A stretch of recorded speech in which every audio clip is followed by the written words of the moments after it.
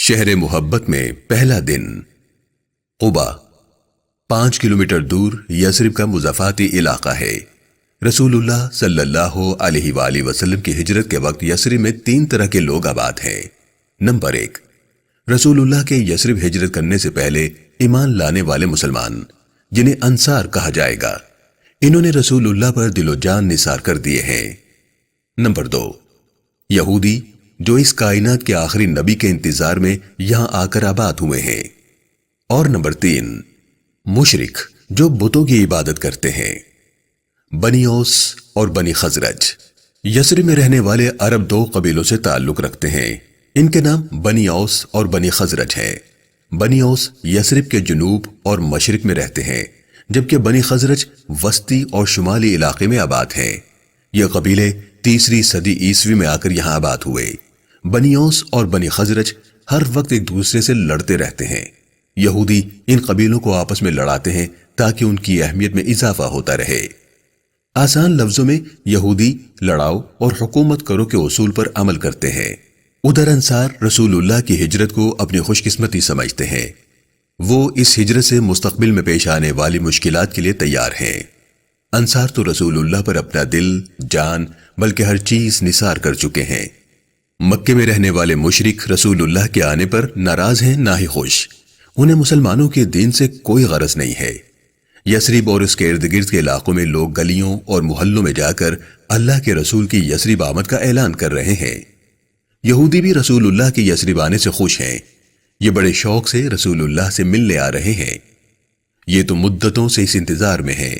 انہیں امید ہے کہ رسول اللہ ان کے دین یہودیت کو اپناتے ہوئے اس کی ترقی کے لیے کوشش کریں گے۔ یہودیوں کے علم میں آیا ہے کہ مسجد قباء کا قبلہ یعنی رخ بیت المقدس کی طرف ہے۔ مسلمان بیت المقدس کی طرف منہ کر کے نماز ادا کرتے ہیں۔ قرآن مجید گزشتہ پیغمبروں کا ذکر بڑے احترام سے کرتا ہے۔ رسول اللہ سے یہودیوں کی امیدیں بڑھ گئی ہیں۔ یثرب میں ایک صاحب علم شخصیت آباد ہے۔ انہیں تورات پر عبور حاصل ہے۔ انہیں مکے میں اللہ کے رسول سے ظاہر ہونے کا علم ہوا تو انہوں نے نبی ہونے کا دعویٰ کرنے والے کا نام پوچھا۔ ان کے خاندان اور آباء و اجداد کے بارے میں، ان کی عادتوں اور کردار کے بارے میں معلومات لی ہیں۔ انہوں نے تورات میں دی گئی نشانیوں کی روشنی میں رسول اللہ کی شخصیت کو پرکھا ہے۔ اپنی تحقیق کے بعد اس نتیجے پر پہنچے ہیں کہ محمد بن عبداللہ ہی اللہ کے آخری رسول ہیں۔ انہوں نے رسول اللہ کے بارے میں اپنی تحقیق کا ذکر کسی سے نہیں کیا۔ یہ اللہ کے رسول کی یثرب ہجرت کرنے کے انتظار میں ہیں۔ انہوں نے سنا ہے کہ اللہ کا رسول مکے سے ہجرت کر کے قباء آیا ہے۔ آج یہ عالم اپنے باغ میں پھل اتار رہے ہیں۔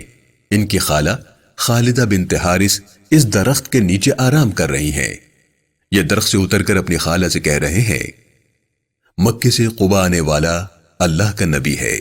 وہ موسیٰ کا بھائی اور اللہ کے دین کی پیروی کرنے والا ہے۔ خالہ نے کہا، حسین، اتنی خوشی تو تمہیں اللہ کے نبی موسیٰ کے آنے کی نہیں ہوگی جتنی میں تمہارے چہرے پر اس وقت دیکھ رہی ہوں۔ یہودی عالم نے کہا، اللہ کے نبی وہی پیغام لائے ہیں جو موسیٰ لے کر آئے تھے۔ خالہ کچھ دیر خاموشی کے بعد بولی، کیا یہ وہی نبی ہے جن کے متعلق تم ہمیں تورات کی نشانیاں بتاتے ہو؟ وہی نبی جو پہلے آنے والے رسولوں اور نبیوں کی تعلیم کو بڑھاتے ہوئے اس دین کو مکمل کرے گا؟ یہودی عالم نے کہا، جی ہاں، بالکل ایسا ہی ہے۔ یہودی عالم رسول اللہ کے پاس آ گئے ہیں۔ ان کا تعلق بنی قینقاع سے ہے۔ انہوں نے سب سے پہلی بات جو رسول اللہ سے سنی وہ یہ ہے، سلام پھیلاؤ، کھانا کھلاؤ، صلہ رحمی کرو، اور جب لوگ سو رہے ہوں اس وقت نماز پڑھو تو تم سلامتی کے ساتھ جنت میں داخل ہو جاؤ گے۔ انہوں نے رسول اللہ کو دیکھتے ہی کہا ہے، یہ چہرہ کسی جھوٹے کا نہیں ہو سکتا۔ انہوں نے رسول اللہ سے کہا ہے کہ میرے کچھ سوالات ہیں جو میں آپ سے پوچھنا چاہتا ہوں۔ رسول اللہ نے اجازت دی تو پوچھ رہے ہیں، نمبر 1، قیامت کی پہلی نشانی کیا ہے؟ نمبر 2، جنت میں جانے والوں کا سب سے پہلا کھانا کیا ہوگا؟ اور نمبر 3، شکل و صورت میں کچھ بچے ماں اور کچھ باپ پر کیوں ہوتے ہیں؟ اس یہودی عالم کو علم ہے کہ ان سوالوں کے جواب نبی کے علاوہ کسی اور کے پاس نہیں ہو سکتے، اس لیے ہی انہوں نے یہ سوال پوچھے ہیں۔ رسول اللہ صلی اللہ علیہ وآلہ وسلم نے جواب ارشاد فرمایا، قیامت کی سب سے پہلی نشانی وہ آگ ہے جو لوگوں کو مشرق سے مغرب کی طرف لے کر جائے گی۔ یہودی عالم نے کہا، آپ نے صحیح فرمایا۔ رسول اللہ صلی اللہ علیہ وسلم نے پھر فرمایا، جنت میں داخل ہونے کے بعد جنتیوں کو مچھلی کی کلیجی کھانے کے لیے دی جائے گی۔ یہودی عالم نے کہا، آپ نے پھر سچ فرمایا۔ رسول اللہ صلی اللہ علیہ وسلم نے تیسرے سوال کا جواب دیتے ہوئے ارشاد فرمایا، شکل و صورت میں کچھ بچے ماں اور کچھ باپ پر اس لیے ہوتے ہیں کہ اس کا تعلق مرد اور عورت کے نسب یعنی جین سے ہوتا ہے، اسی وجہ سے شکل و صورت بنتی ہے۔ یہودی عالم نے کہا، میں گواہی دیتا ہوں کہ اللہ کے سوا کوئی عبادت کے لائق نہیں اور محمد آپ اللہ کے رسول ہیں۔ میرا نام حسین بن سلام ہے۔ اللہ کے رسول، میری قوم کے دوسرے لوگ بھی آپ سے ملنے آ رہے ہیں، آپ انہیں میرے ایمان لانے کا بتانے سے پہلے میرے بارے میں پوچھئے گا اور پھر ان پر میرا ایمان لانا ظاہر کیجئے گا۔ تھوڑی دیر میں مزید کچھ یہودی رسول اللہ سے ملنے آئے ہیں۔ انہوں نے مذاکرہ کیا تاکہ جان سکیں کہ رسول اللہ موسیٰ کا دین یعنی یہودیت کب اپنائیں گے۔ انہیں گفتگو سے اندازہ ہوا کہ رسول اللہ یہودیت نہیں اپنائیں گے، تو آپ سے کہہ رہے ہیں، یہودی دنیا کی سب سے اعلیٰ قوم جبکہ باقی تمام دوسرے اور تیسرے درجے کی قومیں ہیں۔ یاد رکھیں، اگر آپ پیغمبر بننا چاہتے ہیں تو پہلے یہودیت اختیار کریں۔ آپ کو یہ بات معلوم ہونی چاہیے کہ آج تک جو بھی پیغمبر دنیا میں بھیجا گیا وہ یہودی قوم ہی میں پیدا ہوا۔ صرف یہود ہی وہ قوم ہے جس کے نبی اس قابل ہوئے کہ اللہ نے ان سے کلام کیا۔ رسول اللہ صلی اللہ علیہ وآلہ وسلم نے فرمایا، پیغمبر ہونا میری خواہش سے نہیں بلکہ اللہ نے مجھے پیغمبر بنا کر بھیجا ہے۔ اللہ کی نظر میں کوئی قوم دوسری قوم سے بالا تر نہیں، تمام قومیں برابر ہیں۔ اللہ کریم جب چاہے جس سے چاہے کلام کر سکتا ہے۔ رسول اللہ صلی اللہ علیہ وسلم نے ان سے پوچھا، حسین بن سلام کے بارے میں تمہاری کیا رائے ہے؟ یہودی بولے، حسین بن سلام بہت بڑے عالم اور بہت بڑے عالم کے بیٹے ہیں، وہ ہمارے سردار اور ہمارے لیے فخر کا باعث ہیں۔ رسول اللہ صلی اللہ علیہ وآلہ وسلم نے فرمایا، تمہارا کیا خیال ہے اگر حسین مجھ پر ایمان لے آئیں تو؟ یہودی بولے، اللہ حسین کو اس بات سے محفوظ رکھے۔ ادھر حسین بن سلام بولے، میں گواہی دیتا ہوں کہ اللہ کے سوا کوئی عبادت کے لائق نہیں اور محمد اللہ کے رسول ہیں۔ یہ سنتے ہی یہاں موجود یہودی کہہ رہے ہیں، حسین بن سلام بہت برا آدمی اور بہت برے آدمی کا بیٹا ہے۔ حسین بولے، اے جماعت یہود، اللہ سے ڈرو، اللہ کی قسم جس کے سوا کوئی عبادت کے لائق نہیں، تم جانتے ہو کہ محمد اللہ کے رسول اور حق کے ساتھ تشریف لائے ہیں۔ یہودی بولے، تم جھوٹ بولتے ہو۔ حسین بن سلام کہنے لگے، اللہ کے رسول، آپ نے دیکھا کہ میرے ایمان لانے کی خبر سے پہلے یہودیوں کی میرے بارے میں کیا رائے تھی اور بعد میں انہوں نے کیا کہا۔ میں نے اسی لیے آپ سے درخواست کی تھی کہ میرے بارے میں ان سے رائے پہلے لیں۔ یہودی بولے، یاد رکھو، محمد بادشاہ تو ہو سکتا ہے، نبی نہیں، کیونکہ عالم میں نبوت ہے ہی نہیں۔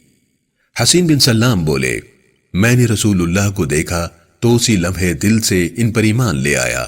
آپ کا چہرہ دیکھتے ہی میرا یقین تھا کہ یہ کسی سچے انسان کا چہرہ ہے۔ کسی شاعر نے کیا خوب کہا ہے، اے رسول امی خاتم المرسلی، تجھ سا کوئی نہیں، تجھ سا کوئی نہیں، ہے عقیدہ یہ اپنا بسط کو یقین، تجھ سا کوئی نہیں، تجھ سا کوئی نہیں۔ رسول اللہ صلی اللہ علیہ وآلہ وسلم نے حسین کا نام بدل کر عبداللہ رکھ دیا ہے۔ عبداللہ بن سلام اللہ کے نبی یوسف کی اولاد سے ہیں۔ عبداللہ بن سلام یثرب کے رہنے والے تمام لوگوں میں معزز ہیں۔ عبداللہ بن سلام رضی اللہ تعالیٰ عنہ 73 سال کی عمر میں ایمان لائے ہیں۔ رسول اللہ نے فرمایا، جنت میں جانے والوں میں 10واں شخص عبداللہ بن سلام ہوگا۔ عبداللہ بن سلام کے ایمان لانے پر اللہ کریم نے رسول اللہ صلی اللہ علیہ وآلہ وسلم کو پیغام بھیجا ہے۔ فرمایا، قُلْ أَرَأَيْتُمْ إِنْ كَانَ مِنْ عِنْدِ اللَّهِ وَكَفَرْتُمْ بِهِ وَشَهِدَ شَاهِدٌ مِّن بَنِي إِسْرَائِيلَ عَلَى مِثْلِهِ فَآمَنَ وَاسْتَكْبَرْتُمْ إِنَّ اللَّهَ لَا يَهْدِي الْقَوْمَ الظَّالِمِينَ۔ پیارے رسول، آپ ان یہودیوں سے جو آپ کی مخالفت کرتے ہیں پوچھئے کہ کیا تم نے اس بات پر غور کیا ہے کہ جو کچھ میں قرآن کی صورت میں بتاتا ہوں اگر یہ خدا کی طرف سے ہو اور تم اس کا انکار کرتے رہو تو قیامت کے دن تمہارا انجام کیا ہوگا؟ بنی اسرائیل، تم میں سے ایک گواہ نے قرآن کے سچا ہونے کی گواہی بھی دی ہے، وہ میرے رسول پر ایمان لے آیا ہے، مگر تم تکبر سے کام لیتے ہوئے میرے رسول پر ایمان نہیں لاتے۔ اللہ بے انصاف لوگوں کو ان کے برے عملوں کی وجہ سے ہدایت نہیں دیتا۔ یہ آیت مبارکہ عبداللہ بن سلام رضی اللہ عنہ کے حق میں نازل ہوئی ہے۔ بعد کے زمانے میں سعد بن ابی وقاص رضی اللہ تعالیٰ عنہ رسول اللہ کے لیے کھانا لے کر آئے۔ رسول اللہ صلی اللہ علیہ وآلہ وسلم نے اس میں سے کچھ کھانا کھایا اور کچھ کھانا ابھی پیالے میں باقی تھا۔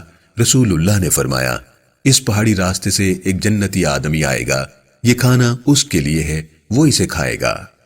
سعد بن ابی وقاص رضی اللہ تعالیٰ عنہ نے کہا، میں اپنے چھوٹے بھائی عمیر بن ابی وقاص کو وضو کرتا ہوا چھوڑ کر آیا تھا۔ میرے دل میں خواہش پیدا ہوئی کہ عمیر ہی اس راستے سے آ جائے۔ ابھی تھوڑی ہی دیر گزری تھی کہ عبداللہ بن سلام اس پہاڑی راستے سے آئے اور رسول اللہ کا بچا ہوا کھانا کھایا۔ رسول اللہ صلی اللہ علیہ وآلہ وسلم ہجرت کے آخری مرحلے میں 10 روز قیام کے بعد قبا سے یثرب کے لیے روانہ ہو گئے۔